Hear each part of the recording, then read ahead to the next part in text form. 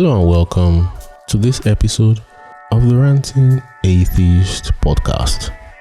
Today we'll be listening to the deconversion story of a former Christian who I will call, this is somebody you would have called Spirit Coco.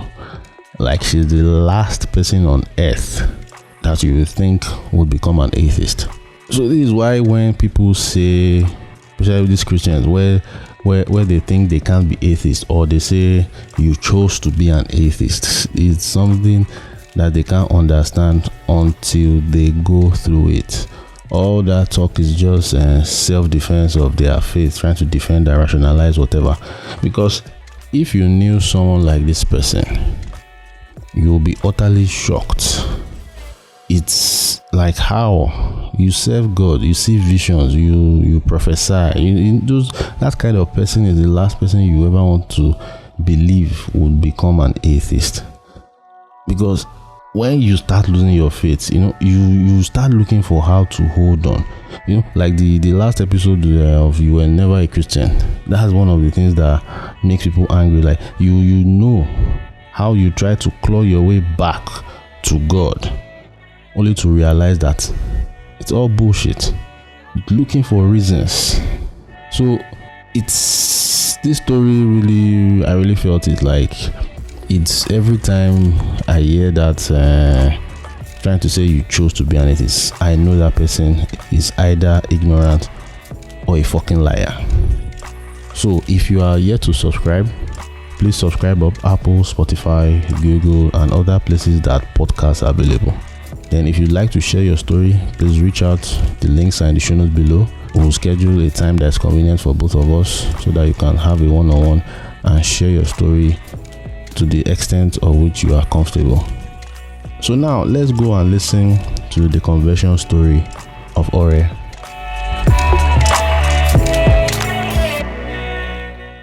Hello Ore, and you are welcome to Story of an Atheist. How you doing now? I did.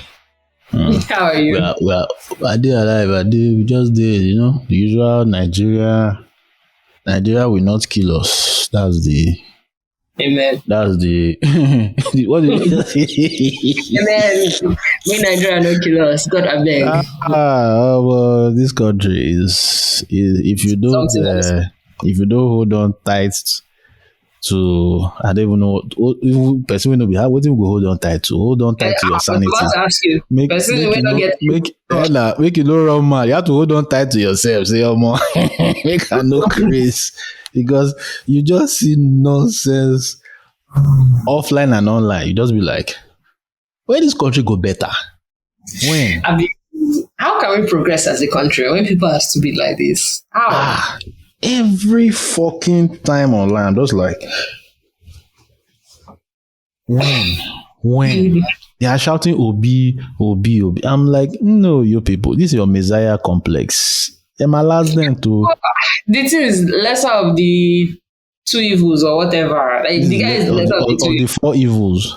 Of the plenty evils, like the lesser one. The guy is not perfect, I can't lie, but like it's better than the people that we have had in the past years. But I don't like how people are just latching onto him. But I get it, because when people are suffering, like we will go to anything that can give us like respite from our pain. Like we would grab it like desperately. So I don't blame people for the way they are acting.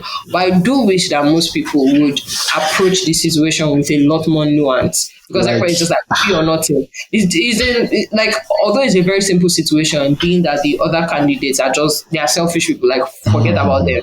But like we cannot act like the guy is above everything or the guy is perfect. And I see people on Twitter doing that as well, saying, "Oh, let's not say the nigga is perfect, or the nigga is not perfect, but it's the lesser of all the evil." Like call him to task when with some things he doesn't do. But some people are just like, no matter what, I'm like, this is this is really another religion. I'm even surprised that people are really engaging with politics like this in Nigeria, because after EndSARS thing, like if you see the way people, when they saw that nothing was changing, people just just this dejected countenance. I thought that our generation has now learned to be helpless, because you notice it's in other Nigerian generations. They have learned helplessness. But us, we're fighting against that. And I was wondering, because of like the entire thing, have we learned to be helpless? And I'm glad that 2 years don't pass. No consequence. And they were not doing tear gas, which they hear. Like Nigeria, honestly, Nigeria. Like that's why me and guys, I removed arm and leg to leave that place. Like we didn't have the money, we didn't have the funds. I was like, let me use my brain. I moved arm and leg to leave that place. Anyway, to just get the fuck out. So we are talking with Ore, and you have given us hints that you have Japa. Yeah. So we'd like to know a little more about you. You can share your location if you are comfortable with that. What do you do for a living? Your age? Are you Gen Z? Are you millennial, or or Agbalagba, which I doubt. But so give us any other thing you would like us to know about you. Okay, so my name is Ore, as he said, and I'm an atheist. I'm also a Nigerian, but I don't live in Nigeria. I'm out of the country because for school, majorly. So I am in school. I'm in my second year, I think. Yeah. You think? And yeah. Second, I don't think. It's just that everything is just modeled up together. So Gen Z or millennial, I'm very Gen Z because I'm 18. So I think that's my biography. That's my biography, basically. I have to clap now. It is not easy to open eye for something that has been baptized with you since the day your brain started booting. Honestly, before I even skip it, are you single? Are you a single pringle? Are you available? Are you free? Are you taken away? So who might want to know that, or you want to keep it a mystery so that we don't spoil your markets. Mysteries, I don't spoil my market. Okay, all cards on the table. I am single, but not in mind. My soul belongs to another. I don't die, you. I don't die. I'm sorry. I'm single. Like I'm single. I can do whatever I want. They don't put you for bottle. Yes, but like to be honest, I still like confessing. I don't think I'll stop liking them. So even though did they serve you breakfast, because it's looking like they served me piping hot breakfast. Hot about breakfast. Like, I was like, hey, Jesus Christ is Lord. This serving is not normal. It's not natural. Wow. For the rest of it's flesh and blood. Wow. Yeah. Anyway, no worries. Yeah. It's part of life. But it's breakfast that is not easy to accept, but easy to swallow. Like swallowing is not accepting. Swallow is as per I take it. But accepting that you had swallowed it is the difficulty, because it was breakfast on the time. That's where time comes in. Not time. Time. It was breakfast on the basis of religion. So it's a very difficult thing that something that is useless to me can mean so much to someone else and can actually affect me because it means so much to other people. And it kind of ties into the whole thing where people say, oh, if you don't believe that God exists, like, why are you so preoccupied with him? It's because, like, literally, like, even though he doesn't exist, the belief in him is so potent that it actually affects every day of my life, every moment of my life, even as someone who doesn't believe. And it's like, that's why I engage in these conversations, not because, like, I'm fighting against some... I'm not fighting. The thing is that a lot is... God. You hate God. You hate God. I can't hate something that doesn't exist. But like the extremism of the beliefs is what, gets at me. And even though in my kind of daily life and even online, I try to be very understanding because I was once there. Like I was once fully there. I know what it is to believe and truly believe because I was such a devout believer. And I know that there are some people that will say, oh, if you truly believe, you can never unbelieve. Please, that's another thing. That one is defense mechanism. Like me, the kind of Christian I will never be friends with the kind of Christian you were. I disliked your kind of Christians who were serious with God. I would be very accepting of that because, like, for me, my belief was all that there was. Like, that's why a lot of people who talk to me are quite surprised I actually got to the point where I deconstructed. And that's because for me, being a very curious individual, even though you are going to be indoctrinated, sometimes there are certain parts of your character that enable you to break out of that. But you really need to rely on it, because Christianity tells you, and maybe other religions as well, but Christianity is what I'm familiar with. It tells you to not trust yourself at all. Don't trust yourself. Don't trust your judgment. Don't trust shit. You are nothing. You are a fallen human being, blah, blah, blah. So it tells you all that, and it tells you to lean on the trust of God. So even though sometimes you'll be getting some things, you will attribute it to the devil or attribute it to flesh or the weakness of your spirit, and you say, oh no, this is the perfection that I want to go towards. And I think it's that dichotomy, of Christianity especially, that works so well, where they tell you that you are very special but you're also useless, and it kind of just ties in together. How the fuck do they pull that shit really off? link your whole life with this thing, and it's very hard to get out of. It's a cycle you can't get out of, because when it's like a cycle of sadness and happiness. So you feel worthless, you feel nothing, blah, blah, blah. So you look unto God, and God kind of makes you whole. And you feel the happiness that it comes with communion with God. Codependency system. Right, it's codependency. So you feel the happiness that comes with communion with God, and inevitably you get comfortable. And when you get comfortable, you are no longer kind of checking yourself anymore. And as a human being, you obviously will fall into various sins. You will tell a lie here, you do that, and it kind of accumulates. At some point, you feel so guilty, and you're broken down again, and you're back there. You're back in that position. The prime. I'm telling you, once you do that cycle once or twice, that you actually get addicted to it. It becomes an addiction, like that cycle of happiness, sadness, feeling worthless, feeling worthy, feeling worthless, feeling worthy. It's addictive, I cannot lie.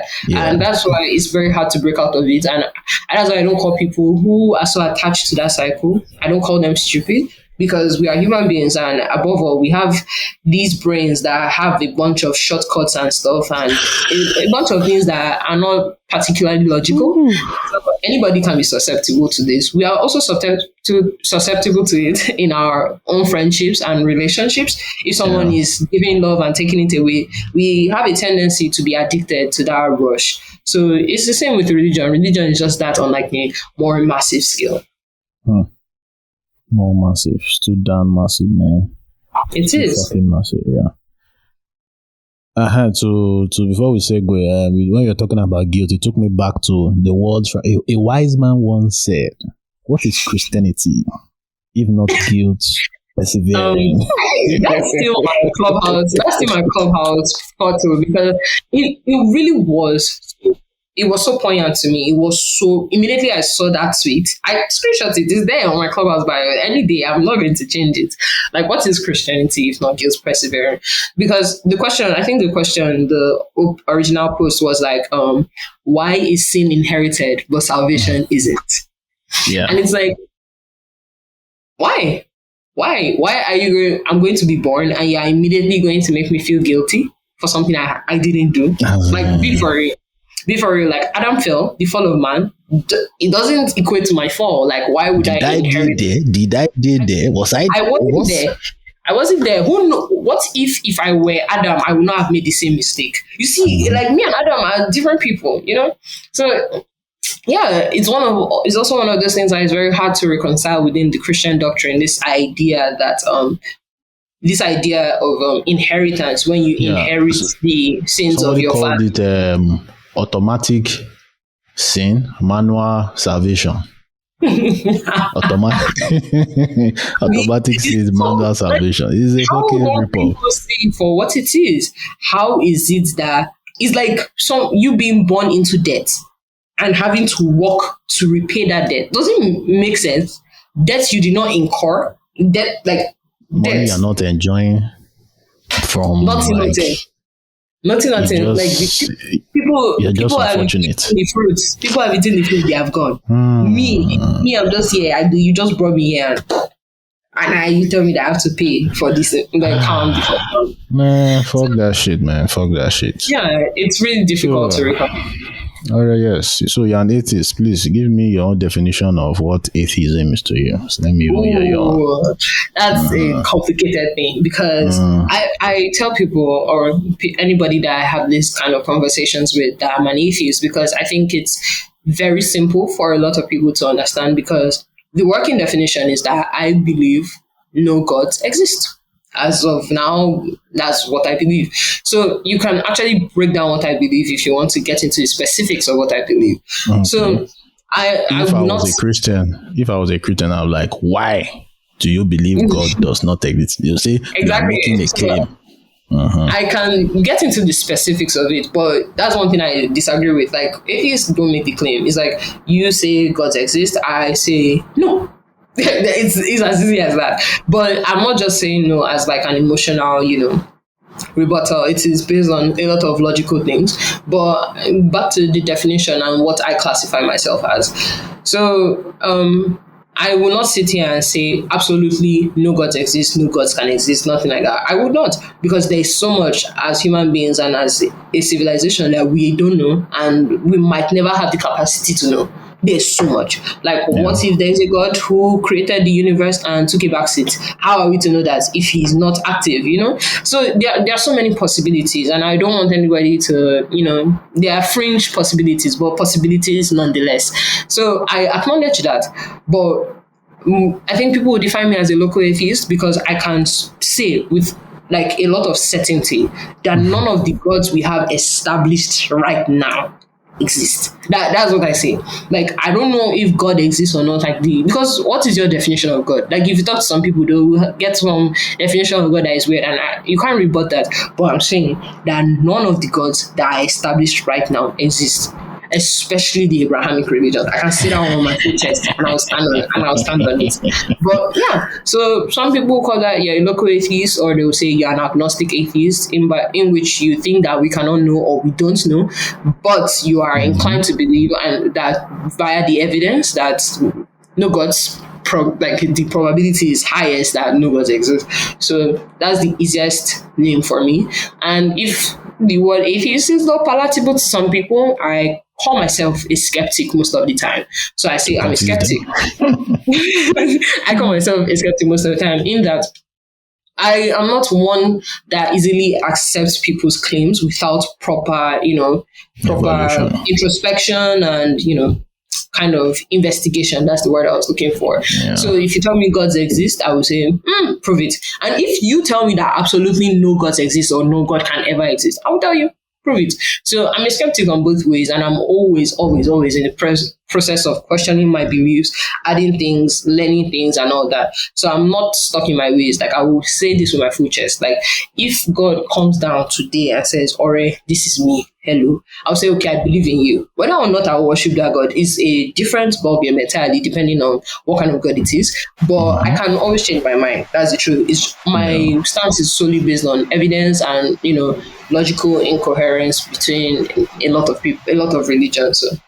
Yeah, a lot of Christians used to ask that question, like, okay, if let's assume God exists now, would you stop being an? I'm like, yes, I don't have a choice not to be. Like, it's not even my choice. Like, I know your God exists. It's not left to, will I worship the God? And I'm like, fuck no. If it's that motherfucker in the Bible, hell fucking no. I will be terrified.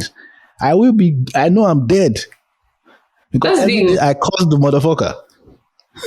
Right. So, thunder is loading for me by default. And there's nothing you can do to escape that situation. And it's that kind of question is actually more complicated than people give it credit for. That if, let's say, the God of the Bible, the God that is, delineated by the Bible, especially the Old Testament, does exist, would you worship him?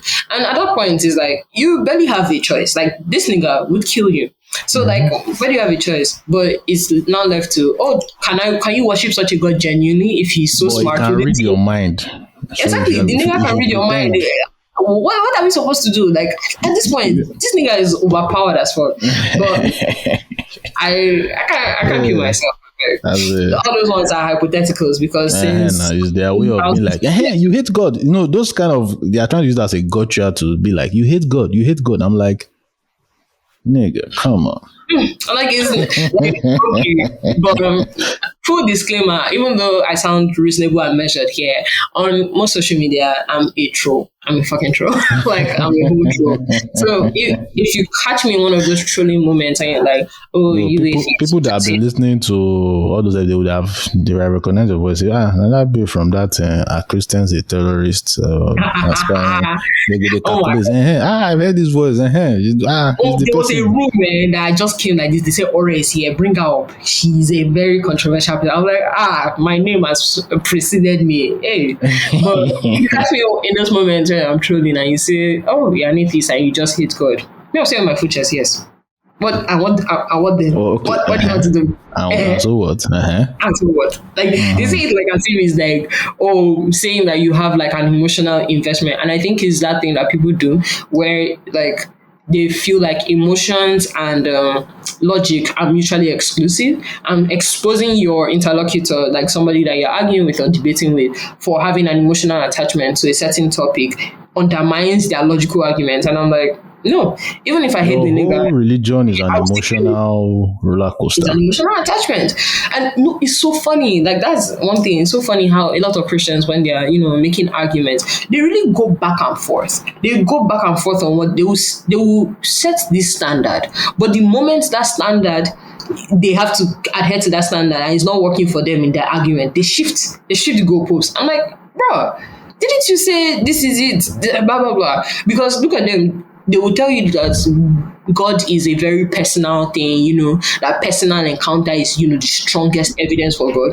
And the moment you as an atheist are like, okay, let personal encounter be, what if my personal encounter tells me otherwise? They'll be like, oh, no. But you see that the Bible is very, very unique, very this, very that. I'm like, bro. If I don't have a personal encounter that ties me to this nigga, like, what like, It's a recipe for frustration. So before we move into your religious background, there was something when you were talking about this atheism description and agnostic. I don't know if you agree with this, but I had this thought, so work with me. I said that all atheists, if they are truly honest with themselves, are also agnostic. And most agnostics are also atheists. Yeah.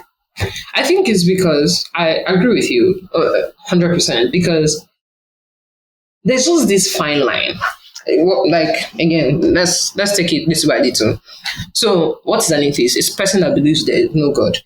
But the truth is that I've spoken to lots and lots of atheists, and no one has been able to say categorically they absolutely believe no gods exist. Because the idea of a God is a very nuanced thing. Highest I've heard is people like me that will say, oh, I believe that this particular God doesn't exist. Like, never. Like, this God is a contradiction. It cannot exist. I've heard that, but I've never heard someone say no gods exist ever. Because really, if you are a truly logical person, you would accept your limitations and accept that there is so much you cannot know and you would never know. And it's that acceptance of your limitations that is very important. But I also think that a lot of agnostics, for them, that label is a gateway. And I've been there before. I say that because I've been there before. A lot of them actually absolutely don't believe. But yeah, they open that gate, because the liberal atheist is very, how do I put it? It commands a certain kind of idea. Yes, there's already an attack. It's very belligerent. It's very incendiary. So I would, but I can't say like almost all atheists, I can't make those broad statements, but I could say that there's a lot more intermingling within agnostic and atheists than most people. Because they answer two different questions. That's even the issue. Gnosticism comes from, I think knowledge. It's a Greek root called knowledge. Yeah. And atheism is like, theism and then belief. Yeah. So it's about belief. So belief and knowing is different. Like I can believe that, like there was a point that was an agnostic theist. Belief is a subset. Which one is a subset of the other? One is a subset of the other. So. Belief is supposed to be a subset of knowledge. Okay. No, because knowledge is like a tested belief. Like knowledge is above belief. So knowledge is a belief that is also true. So if I believe something and I know it, and it is also true, that coincides with knowledge of that thing. But if I believe something and I'm not sure, it doesn't have any leg to stand up. So without knowledge, your belief really doesn't matter. So knowledge is like the main cocoa of the thing. So whether you choose to accept what is true or what is not true based on whatever emotional things or whatever reasons. Because I know some people, some Christians will later tell me, oh, I know I'm living in delusion and I don't give a fuck. And I'm like, good on you, What? good on you. Good on you. I At don't least, necessarily like, that they know they are delusional, but they still hold on to it. yeah, because That's I can't dishonesty lie now, that it is brings, it not? it's dishonest, but it brings comfort to a lot of them. And I think if I've gone through, I think that's the biggest change I've gone through, God like damn over it. the past year. Over the past year, when I, first got on this place, I don't know, listeners, you might never hear that episode because it's gone. That episode will never come. Like, I think that's the biggest difference between me and the past year. I think I've come to a lot more of an understanding and a lot more compassion for religious people. And it's a sad kind of compassion because I know that compassion will never be extended to me. I know they will not have that compassion for me. And it's very one-sided, but I think that's the best way to really navigate the whole question, because at the end of the day, we are the minority. Whether or not that's changing in the world is up for debate. I know in the US it is changing, but not changing in the way people might want.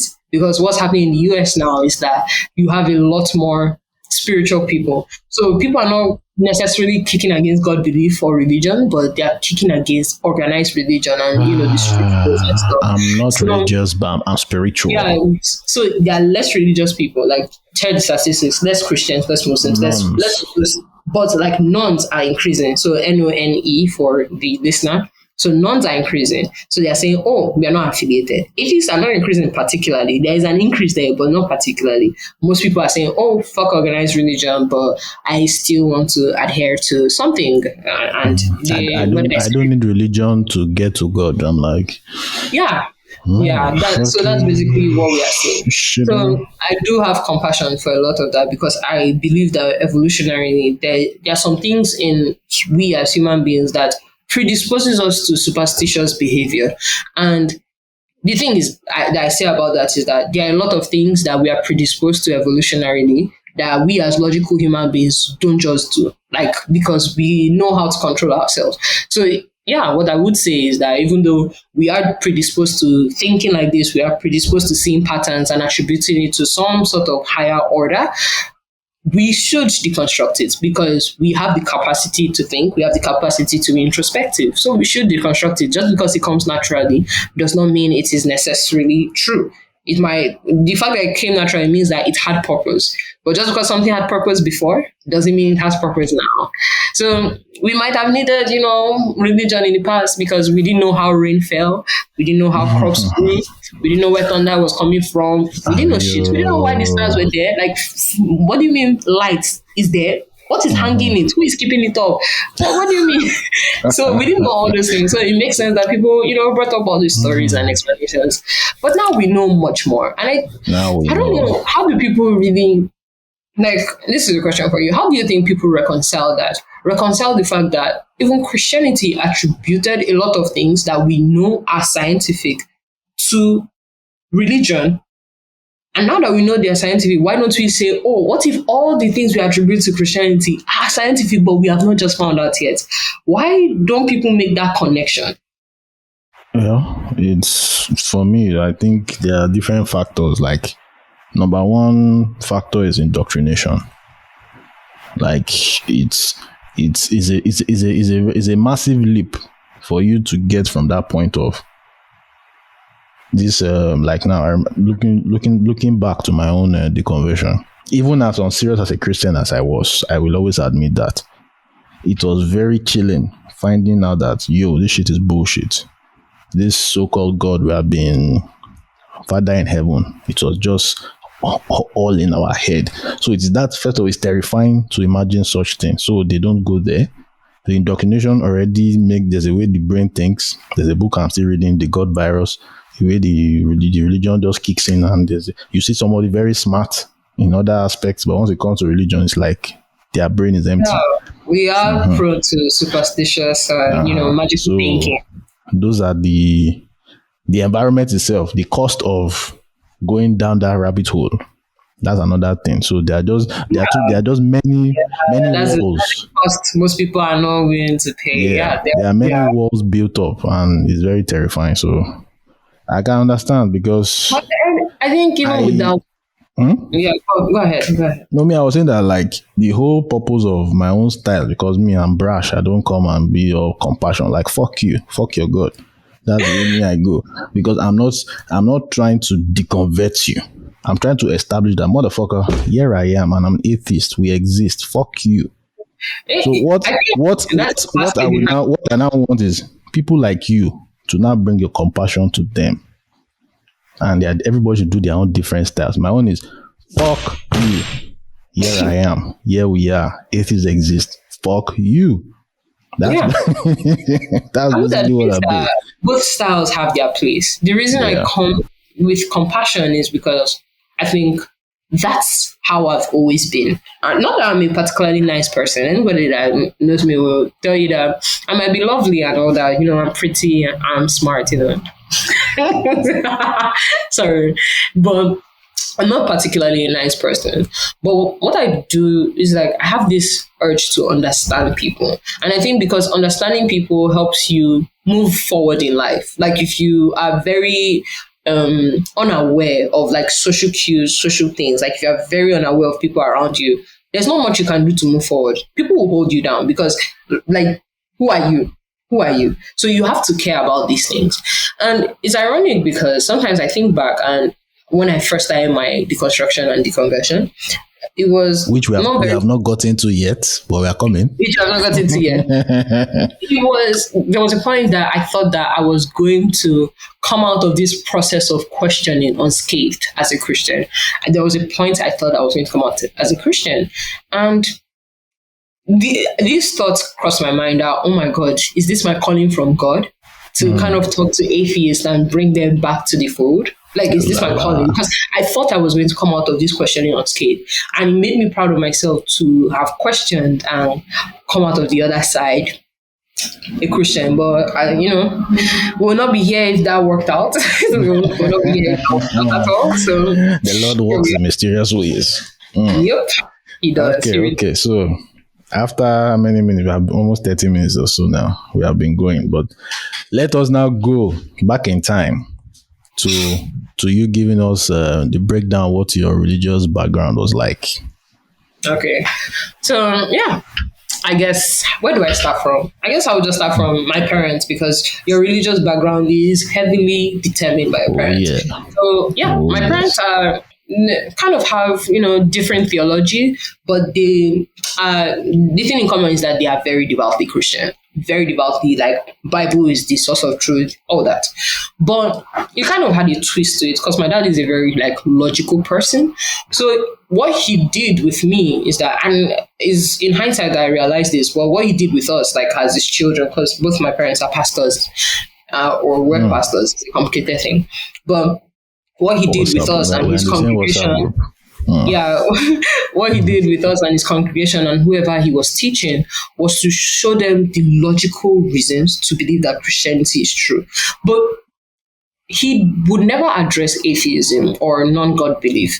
He would address, like, other religions. So we'll talk about Muslims, we'll talk about the Jews, we'll talk about the Hindus, the Buddhists, why what they believe is not true.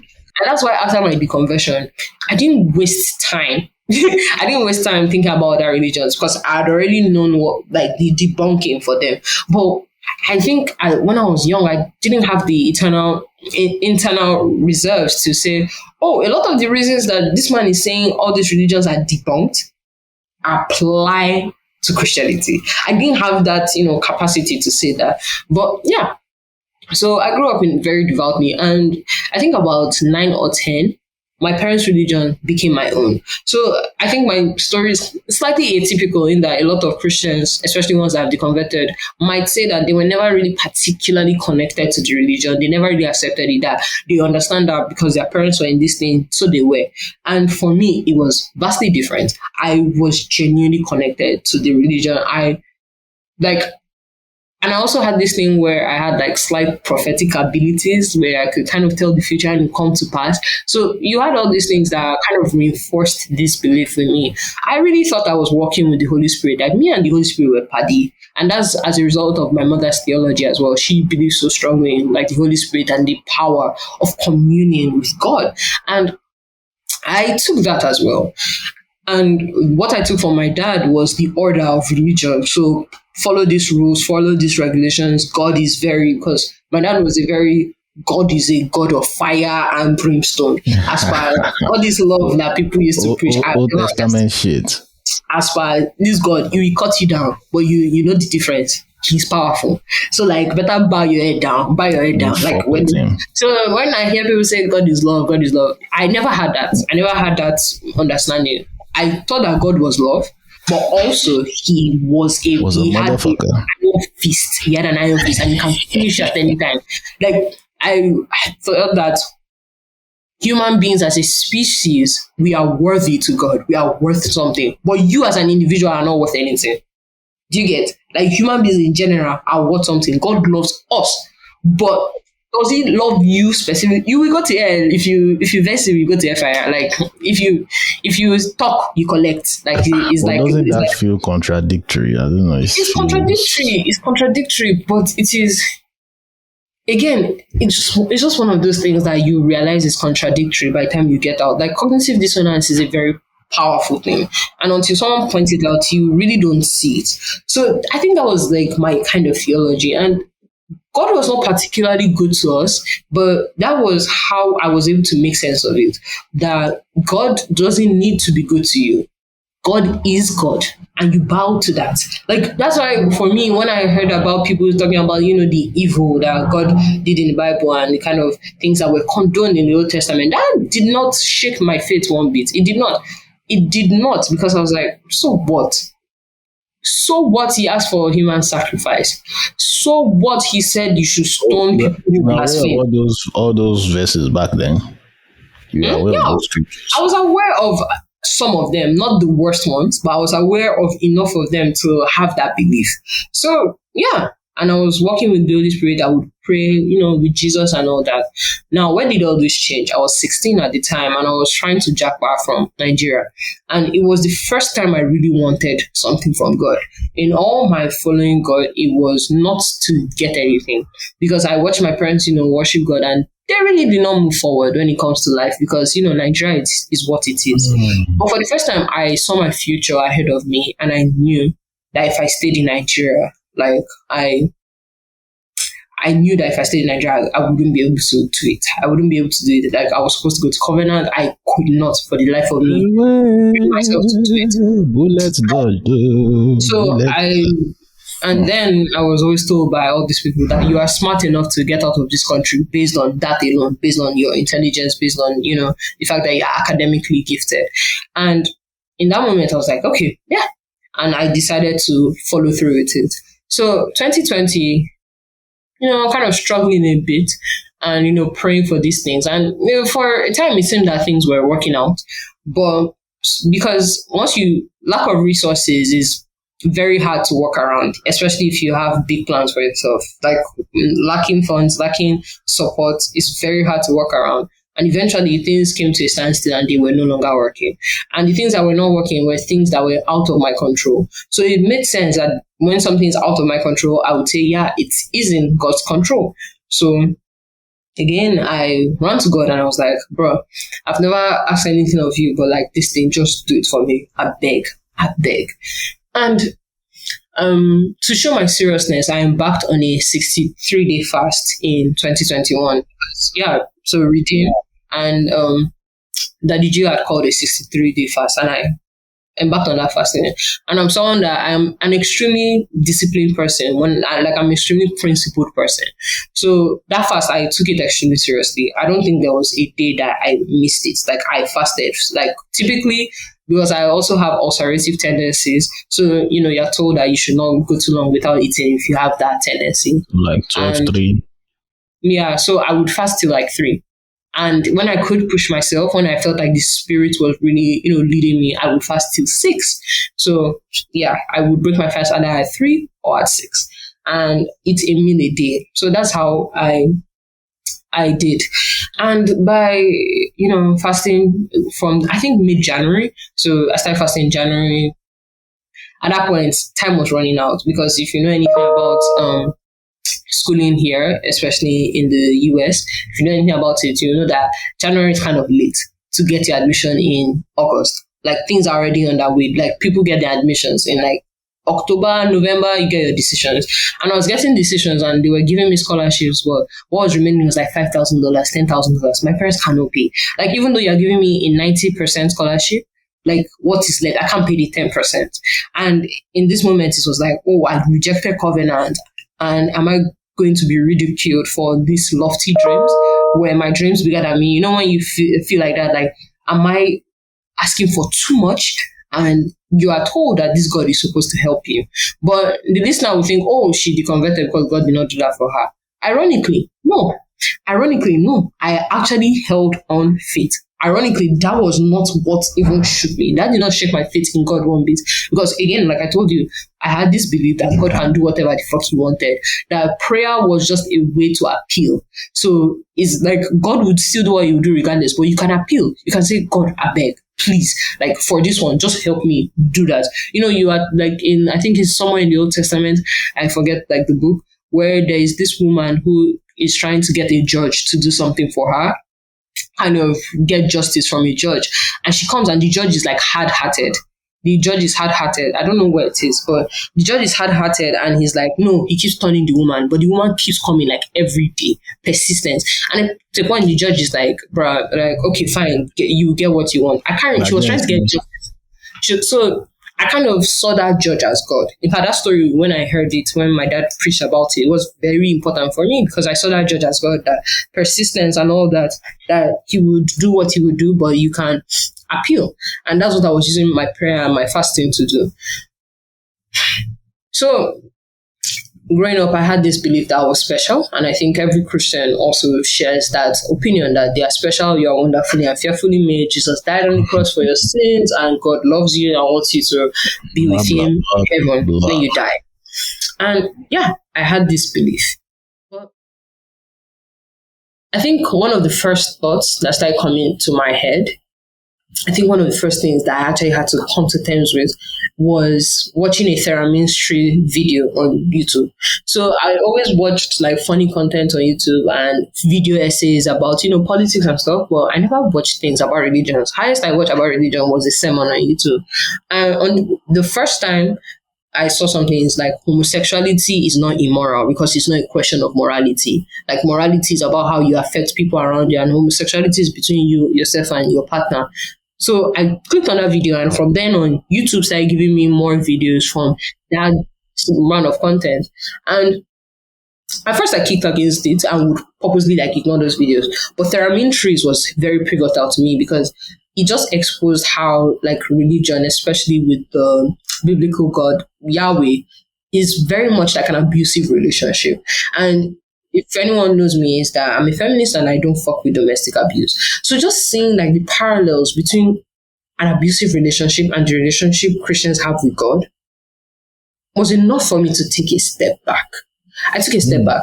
And then seeing how, this religion breeds a certain amount of narcissism, and that narcissism is what you really connect your faith. I forced myself to do introspection because, like I said, my dad was a very logical person. These are logical reasons to believe in Christianity. So I prided myself on being a logical person. And when I started my process of questioning, I was like, okay, if this is real, it will hold up to scrutiny. That was what I said. It will hold up to scrutiny if this is real. And I genuinely thought it would hold up to scrutiny. And that's where I think that's where I differ from a lot of Christians, because a lot of Christians will even give themselves the space to question. They were like, it's wrong to question. You don't question God. And I was never the kind of person, because I have a problem with authority in general. When you say, I'm like, what gives you the right? I'm definitely that kind of person. But I was like, if this is real, it 100% will hold up to scrutiny. And I looked inwards. That is narcissism holding me to the faith. Is feeling that I'm special, I'm different, I'm this holding me to the faith? The answer was yes. And then I started to deconstruct this idea of being special. What makes me special? what? Like, because I was born into a Christian family. And then doing the research on just how, like, the correlation. I think the statistics is like 80% of people follow their parents' religion. Or is it either 80 or 90? Like a crazy stat like that. Your parents' religion, your geographical location, those two things highly determine what your religious belief will be. And just swallowing that statistic was enough to begin my questioning. Because all the other things, like God being wicked, God being this, or the fact that I was not, like my prayers were not being answered and I was not clocking that, was not enough. It wasn't enough for me. Like, it was just the belief that deconstructing the idea of being special, because you as a Christian, you feel like the chosen one, but you have no reason to be chosen. You do not. And a Christian will tell you that, oh, that's the good part. You have no reason, but God chose you either way. But that's stupid. That's extremely dead. Because what happens to those other people that never have the opportunity to hear the gospel? They die and they go to hell. Like, that's what you think? Too bad for you. Like, and then I started doing some research. How did Christianity even come about? How did my parents even get this religion? Because I'm a deep thinker. That means I will pull the thread until everything comes out. So I'm like, okay, I have questioned why I believe. I believe because my parents believe. Why do my parents believe? Because their grandparents believe. Okay, we go back, and there was a time in Nigeria when nobody was a Christian. What happened there? Oh, colonialism. We go back, colonialism. There was a time that these people were not Christians at all. Then you are led from, because the British, then from the British it was the French, then from the French it was the Greeks and the Romans and all those other. Oh, but the Greeks and Romans were atheists. So you go back to the Bible and you go and meet Apostle Paul. So everything starts with Apostle Paul. So you meet Apostle Paul. You meet Apostle Paul, and then you are looking at that. Okay. So there was a spread, and then you begin to pull the thread, and then you see, oh, there were actually different doctrines. They were killing people, and that's why you have what is here. So the refined religion that we see, that is barely refined, is the subset of a lot of bloodshed, a lot of so many things that are unspeakable. And I'm like, okay. And now I'm like, let's look at the present day.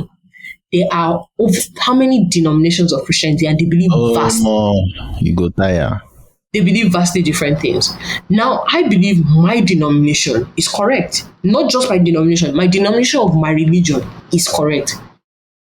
And I sat down and thought to myself, the very brand of that denomination. Yeah, the very brand of that denomination is correct. And I'm like, I actually sat down to myself and asked myself this genuine question. What are the odds?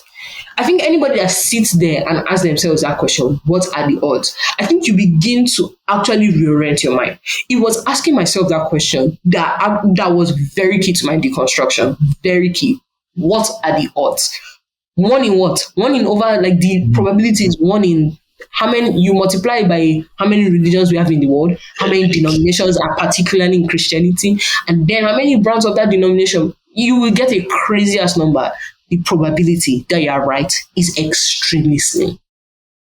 By the time I came to that acceptance, I'm like, then what is right? What is true? Why are we here? All that. And then answering those questions, asking those questions, going back. And then I reached the point where I discovered, oh, we don't have these answers. We do not have these answers. We are lying to ourselves. And I'm like, then what does it mean? I'm supposed to have prophetic abilities. God is supposed to love me. I am special. I am chosen. Everything around my life tells me I am special, because if there's anything I've been told a lot by so many people is that you are special. But I'm like, no, I'm not. I'm a human being. Everyone is a human being. There's nothing special about me that says that I have been chosen by God to do the right religion, to be born in the right place at the right time, to the right people, that gets me to this point. There is nothing about me that is special. I am a simple clump of cells, human being, blah, blah, blah. That's all I am. And then the extra thing on the, icing on the top of the cake is misogyny. It was hard for me to say, when I saw the misogynistic text in the Bible, I first rejected them and said, oh, it's context. But I'm like, how much context can wash away this? How much context do you need where a Bible tells you that a woman who is raped, that all the rapist has to do is either marry her or pay her father for defaming his property? No, it doesn't. Not all. It is pay her father and marry the victim. Pay her as father, his like punishment. how He much must not context? divorce her for the rest of his life. What a fucking punishment.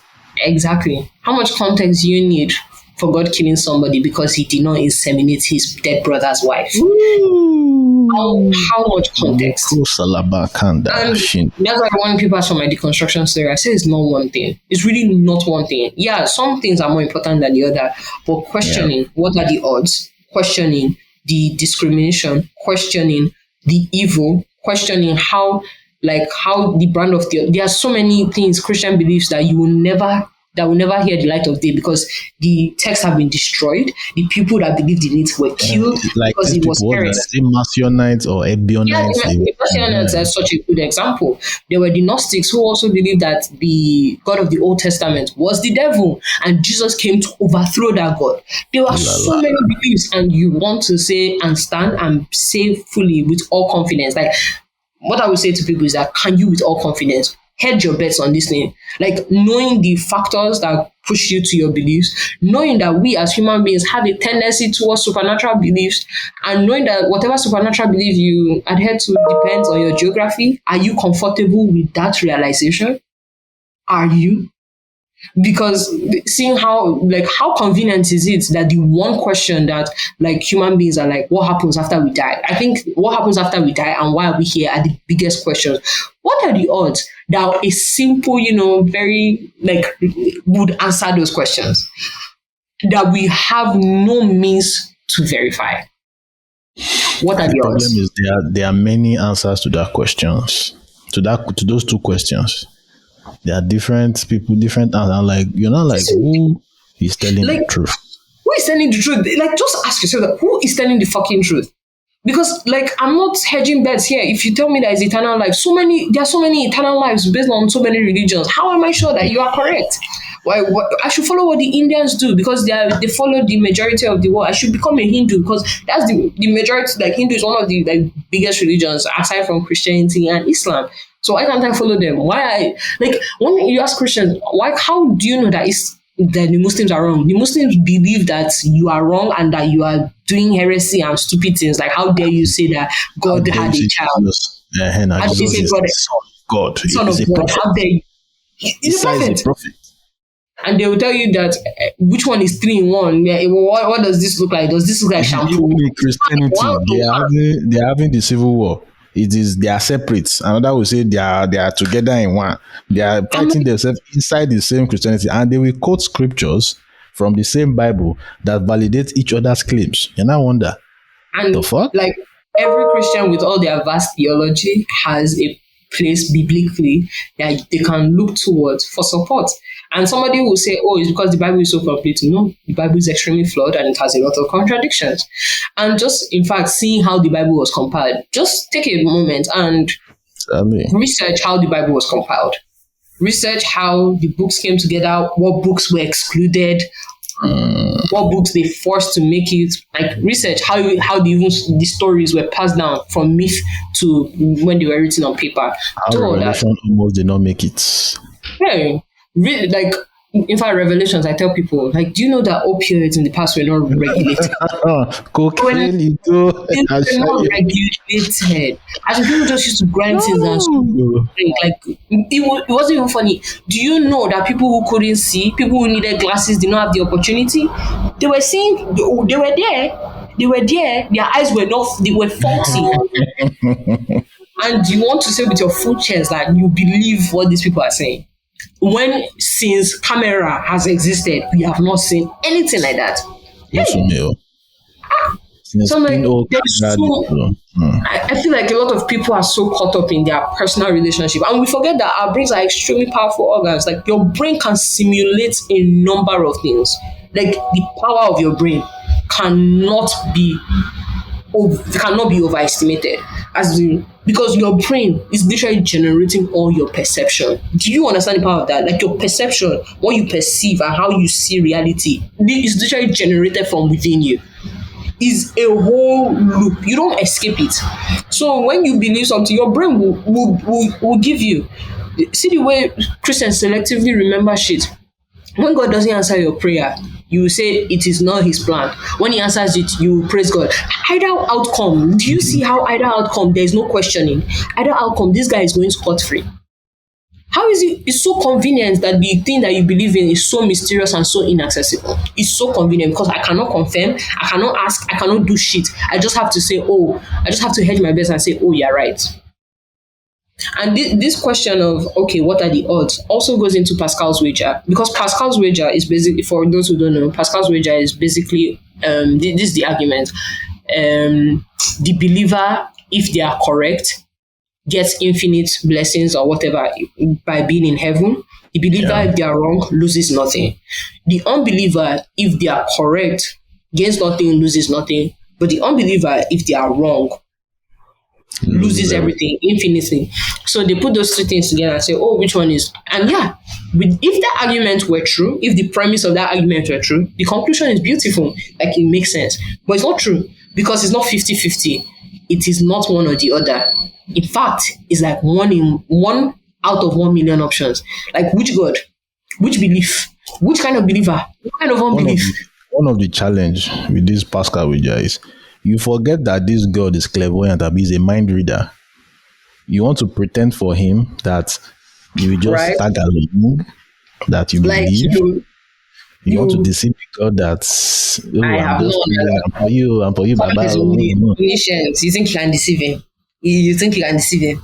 So it's like there are so many problems with this thing, and that's the point. Like, Christianity is like, don't ask questions, and that was the one thing I defied. I asked questions thinking that, if it's true, it will hold up to scrutiny, and it did not hold up to scrutiny. Any form of scrutiny, it did not. Like, could you? And when I started talking to Christians about these things, I tried, because I did not want to leave my religion. I did not want to. I did not want to. I started asking questions. People who knew what I mean. My mom started talking to, friends and all that. And all I was hearing was excuses. And by the time you open your eyes to logical fallacies, inconsistency, it's so hard to unsee it. Like, that's one. You can't turn it off. It just be like, you hear yourself? Can you hear yourself?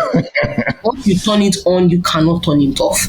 And I was desperately trying to get back into the religion. Like, oh my God, I need truth, blah, blah, blah. And everything that everybody was saying, bullshit. I was like, are people this dumb normally? And I was like, is this what I sounded? Is this what I sounded like when I was saying all these things? Because even while as an atheist, I still brought people to give their life to Christ, because I was in church and I was a church leader of some sorts. And I was like, is this what I sounded like? Is this? How didn't I notice that this thing was so riddled with illogical leaps and all that? And I think once I tried to get back and I noticed that, there's no going back. I can never go back. Wow, because this thing, there's nothing you will say that will make this thing make sense. There's nothing, except that God comes down to the ground and sees me face to face. Except that, there's nothing you could say that will make this thing make sense. And I tried apologetics. I did, because at the time I was not watching only atheist content. In fact, even till today, I get a lot of Christian content because YouTube is confused. YouTube doesn't know what to send me again. Please get watch. So I was still watching a lot of Christian content, and all I could hear was fallacies. Even I watch some atheist content and I hear some fallacies. So it's equal. It's really equal. But I was still hearing some deeply fallacious reasons. I spoke to my mom and I was like,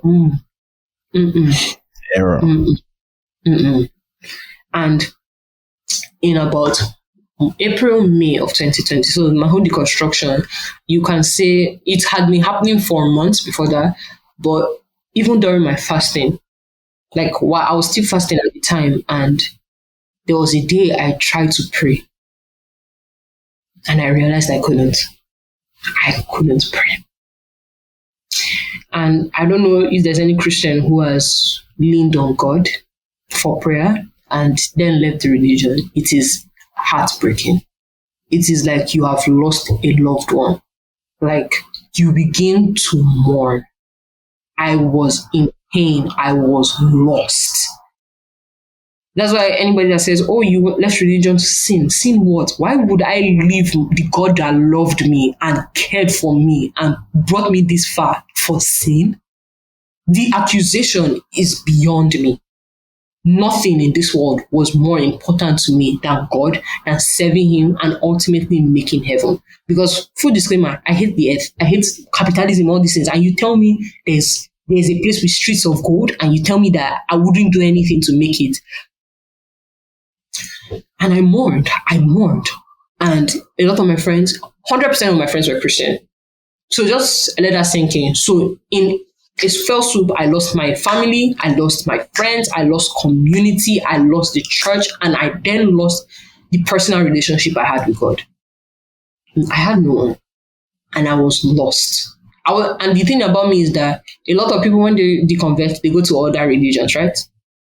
Because I had fully deconstructed. Like, when you deconstruct yourself, I deconstructed myself, my ego. Like, I'm nothing, I'm not important. I'm just a clump of cells that happen to be here and happen to have conscience. I deconstructed myself. I deconstructed the Bible, everything. And when you deconstruct all systems like that, it's hard to, when you do proper deconstruction, it's hard to go anywhere and say you want to find comfort in any of that thing. Like, I couldn't, because I was like, hypothetically, I could go back to Christianity and act like, and switch off my brain and act like what the pastor is saying makes sense. But that would be so dishonest. And one thing about me is that I live in total honesty. And that's why, being in the closet, in the atheist closet, is extremely difficult for me, because I like 100% honesty with people I talk to. And that I can't live in dishonesty, especially not to myself. I couldn't even lie to myself anymore. And that moment, realizing I couldn't pray, and I was gone. And I was not coming back. Like, there's so much. I'm young, and I know my mind will change on a lot of opinions that I have now. I don't doubt that. But one thing I know is that I can never be dishonest. And as it stands, there is no truly honest reason. If I'm being very factual, if I'm being very logical, if I'm being very honest to myself, there is no honest reason that Christianity will be true. And that extends to all the Abrahamic religions, because they are cut from the same cloth, like the same Islam. And then I took the time to take classes and study like other religions, and it's the same thing. So I'm like, everyone out here is lying. I mean, I won't call it lying, but everybody out here is just deceiving themselves, I guess. And yeah, I came to that realization, and I didn't turn back. But it was so hard for me. That's why I'm so pained when anybody tries to negate my journey and say you were never a Christian. I was a Christian. I loved God. It can be annoying when they say that. Wow. When I now understood that it's a defense mechanism, that if they can, it is, because when they discredit your Christianity, it means that they some Christians are very uncomfortable with me, because I get to talk to a lot of them. A lot of them see me as a kind of, moderate atheist, someone that they can talk to. You're not like these other atheists. I am like other atheists, but the thing is that I just come with passion and everything.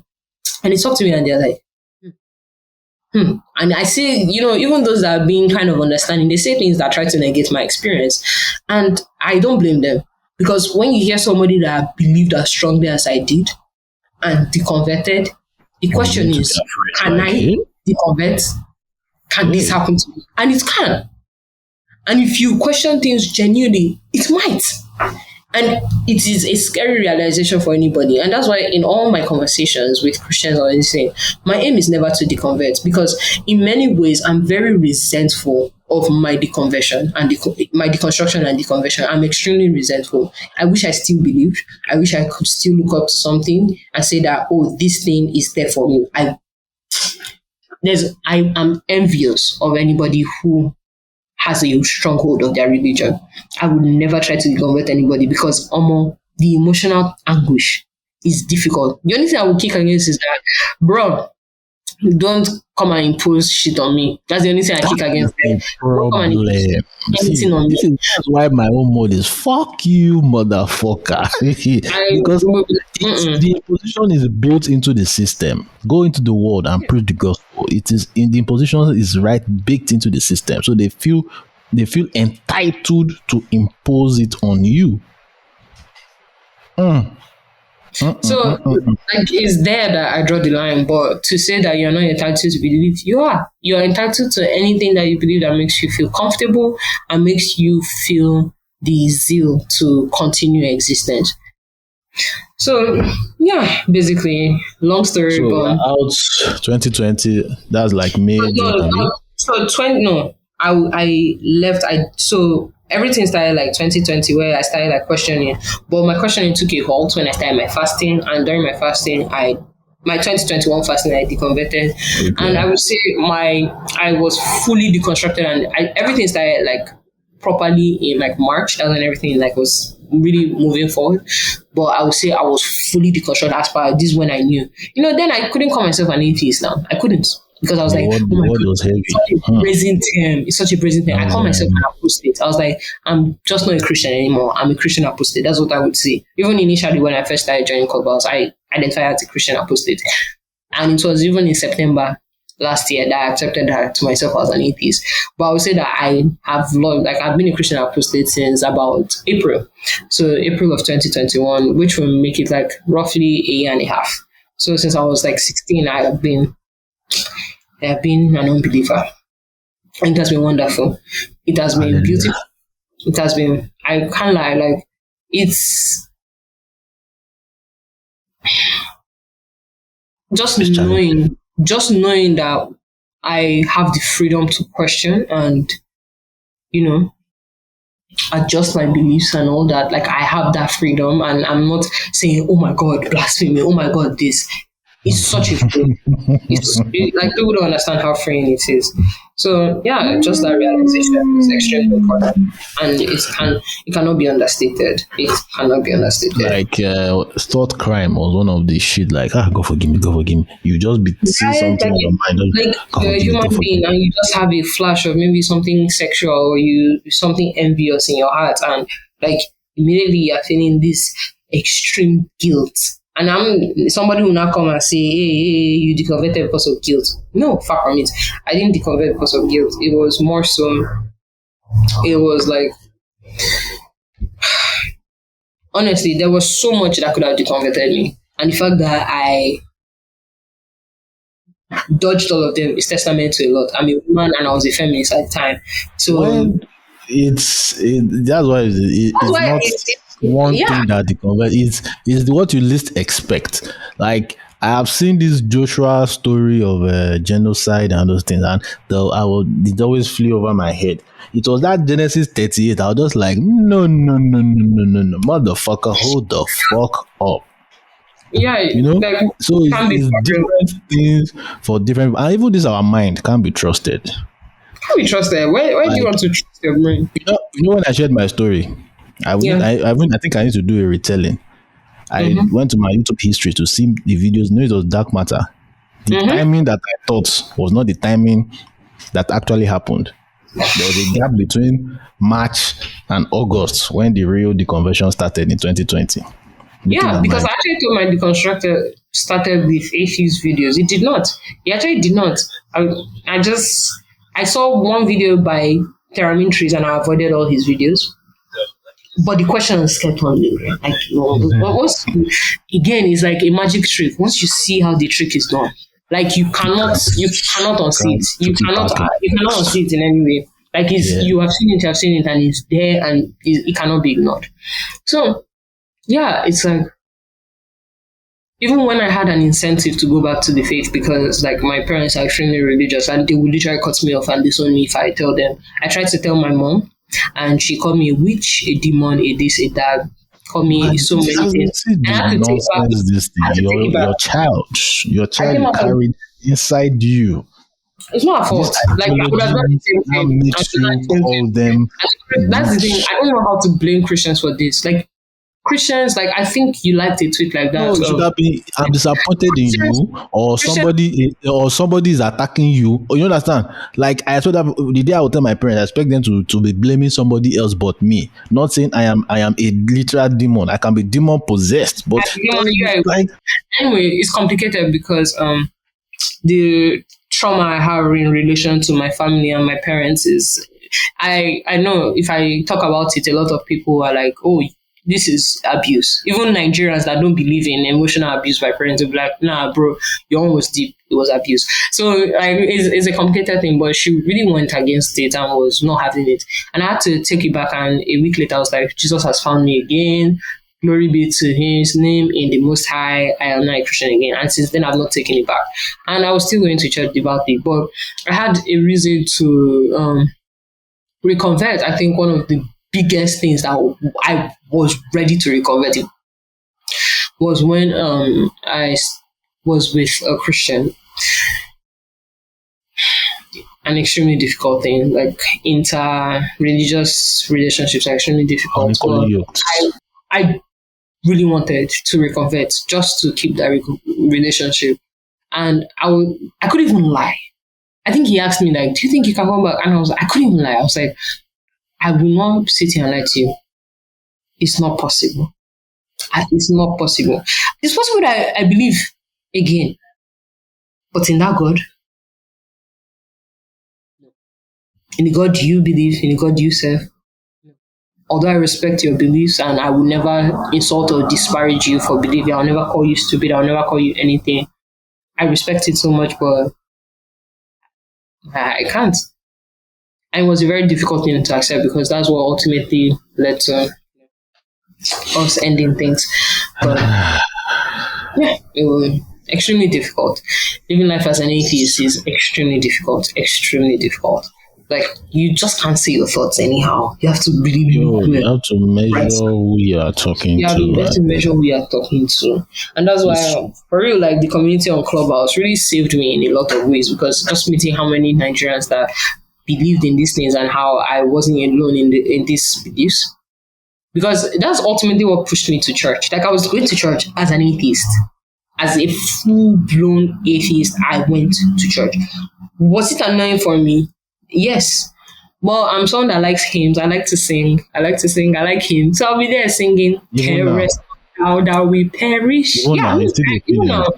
I'm still trying to understand the brains of atheists that still feel this Christian. Like, if as a Christian, those songs were fucking cringy. I feel like, what the fuck is this? What is in my soul? Don't back up now. Be like, no, motherfucker, get la la la la. Hear my humble cry. I'm telling you, I was one of those Christians that used to cry in church. Like, a tear would just come down. Like, and I never used to cry. But like the emotion of the Lord, of the Holy Spirit, everything engulfing your spirit. Not be like, then you shed it. You not snap your picture while you're in the spirit.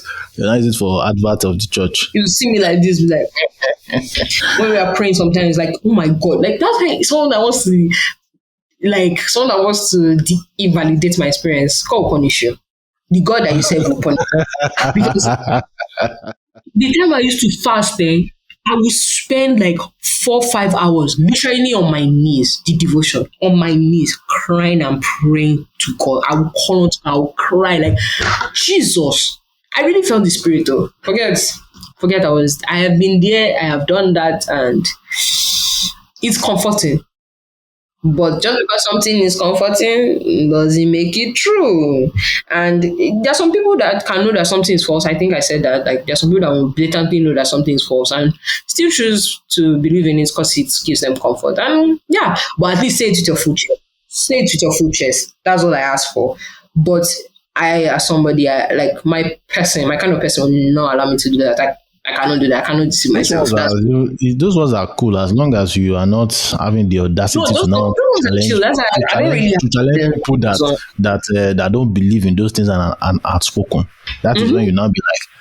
But I don't like when their voices become too loud. I mean, they're talking too loud for someone that believes in something false. Your voice is too loud. I like to draw them down a peg, but I don't really engage in arguments with people who believe like that. Like, I do not see the purpose of it. It holds no value to me. Sure, when they engage in an argument, like, where do they want to come from? How do they want to convince me when you already accept his bullshit? But exactly. Like, I don't engage. I really don't engage. The only times I engage is when somebody brings it up, and I feel like this person is intelligent enough to kind of.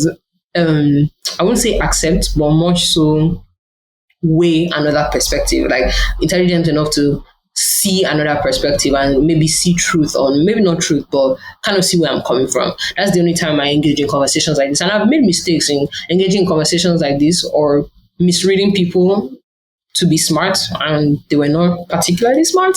I've made that mistake and I will not be making it again. But yeah, I have discussions with so many Christians, agnostics, Don't judge a atheists. book by its cover, basically. You can't. You really can't. So I just kind of have preliminary discussions, test the waters. If I see that, oh, this one, I just keep quiet and I just allow them to talk. Any small thing, the Lord is good. The Lord is good. Like you can And that's also. the thing, people are so confused. I'm telling you, people try to say that they want to figure me out. I'm like, don't waste your time, because even me, I don't even know. I don't even know at this point. You hear me say a lot of, like, even here, I said it's like God, amen, and like I'm so used to listening. It's not something that is in your I really stick to vocabulary. it. I really stick to it. Like, yeah, don't you not believe in God? I'm like, see, that's by the wayside. By the wayside is I have what to trigger them. I have to swap God for Satan. Let's just fuck with them. Now, whenever I'm wishing people happy birthday, I say, may the Lord Lucifer grant you long life. I can only do that when I'm trying to be a troll. I'm not. So most times, especially in real life, I'm not trying to be a troll. But if I was more like, the only reason I'm not like that on Twitter is because some people who know me really like follow me on Twitter, and I have to be careful. You know, sometimes I talk, sometimes most times I say no. I just use my Twitter for my memes and shit, and my WhatsApp. But you know, I'm a whole troll on Clubhouse. If you know, you know. If you know, you know. Yes, sir. So, alright, it's been an amazing time listening to your story. Please, where can we find you online? Where you want to be found? Where do you want to be found online? You cannot find me online. As you have heard me talk like this, I have gone. I am gone. You can't find me anywhere. If there's anything else, there are so many people. Follow Ranting Atheist on Instagram and Twitter, and yeah. No Allah. And Clubhouse. Nice.